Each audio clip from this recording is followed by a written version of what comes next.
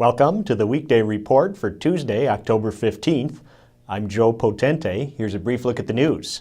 The Kenosha City Council voted unanimously and with little discussion Monday night to take possession of the former Chrysler plant site.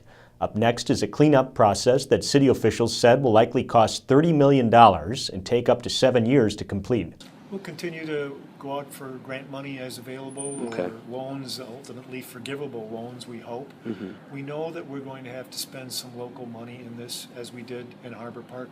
We'll create a tax incremental district and then try to recoup the local taxpayers' dollars with the developments on the property.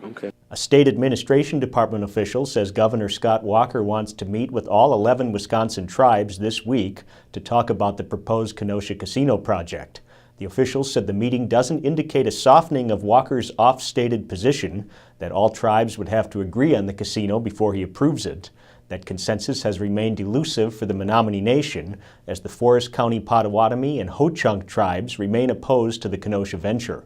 The Wisconsin Legislature could soon grant the town of Somers the authority to create tax incremental financing districts. That could pave the way for Majestic Realty Corporation's proposed 309-acre industrial park at Highways S and H. Representative Samantha Kirkman has worked on the bill with Assembly Minority Leader Peter Barca. She said it will go before the Joint Finance Committee today and the full Assembly on Thursday. Typically, TIF powers are only granted to cities and villages. The Amazon.com distribution warehouse development on the city's far northwest side will mean slightly higher prices for Amazon customers across Wisconsin.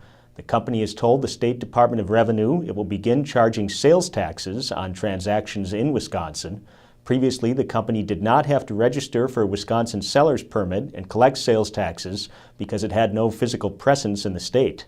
The change is expected to generate roughly $30 million in annual revenue for the state. A handful of Bristol residents recently got notice that they are violating a village ordinance by keeping chickens in their backyards. They were told the chickens had to go, but on Monday night the village board gave the birds a temporary stay as the ordinance goes under review. The notice came as a surprise to resident Marv Farm, who's kept chickens at his house since 1987. Farm said he's never gotten any complaints from his neighbors in the Cherry Vista Dells subdivision. What's trending today? There's light at the end of the tunnel for the cleanup of the Chrysler property. Once it's done, how would you like to see it redeveloped? Tell us on our Facebook page. Up next is Diane Giles with this week's History Mystery. This is a story that became American Motors legend. In 1970, AMC assembly line worker Dominic Giardine Jr. knew that the last AMX prototype, a fiberglass-bodied 1966 AMX, was housed at the test track in Burlington. That winter, American Motors Corporation President William Lundberg came to Kenosha to visit the plant, and Dom had a chance encounter with him on the factory floor. He asked Lundberg if he could have the prototype, since they were going to destroy it anyway. A week later, Dominic was called to the plant superintendent's office and told the car was his for $50. The sales receipt listed one scrap fiberglass body, which was sold to him as is, except that the prototype was really a fully functioning car, complete with a prototype 343 cubic inch V8 engine, and he got it for $50. This is Diane Giles reporting for the Kenosha News.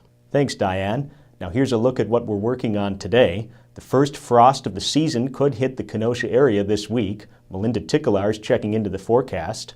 And the Kenosha Unified School Board will have a special meeting tonight to talk about the district's budget. Deneen Smith will be there. Pick up a copy of the Kenosha News and check kenoshanews.com for all the details on these stories and more. I'm Joe Potente with the Weekday Report.